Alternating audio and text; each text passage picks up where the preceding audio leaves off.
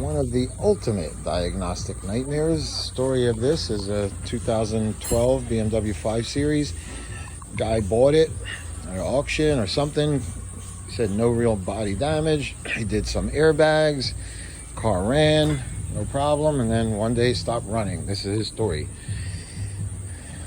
What you see is how much stuff we got apart to figure this out. We had the headliner down, the A-pillars, the C-pillars, glove box, every computer you can imagine was disconnected on this car.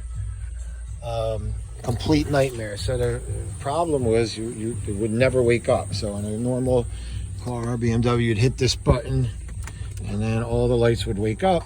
This never happened on this car.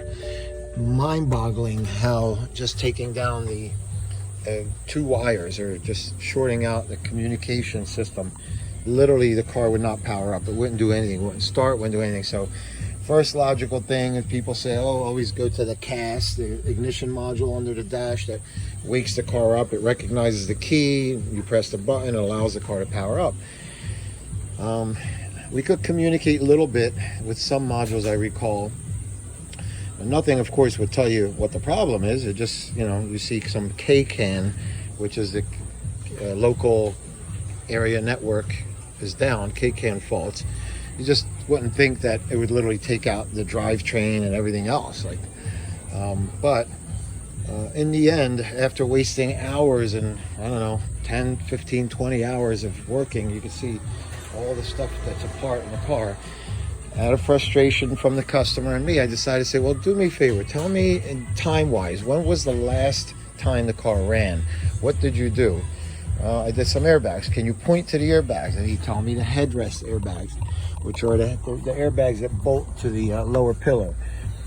So that's when I decided to take the headliner out and to take the A-pillar out of here. So what happened in the end is when he assembled it, and this is what all it takes.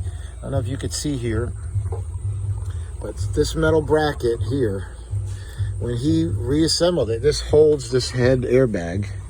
When he installed it, he pinched two wires. Those twisted wires, red and yellow. You can see we repaired them there. He pinched them under that bracket. That's all it did to short them out. Now this was covered, concealed. The computer doesn't say shorted wires in the A-pillar. It's like finding a needle in a haystack. This is the fun part of diagnostic. This is a nightmare. But after, the lesson for me is, I always try to ask very good questions and try to narrow things down. But when he said it's airbag, I said, well, it has to be airbag related. These cars don't have an issue. So it was all the way over there where the problem occurred.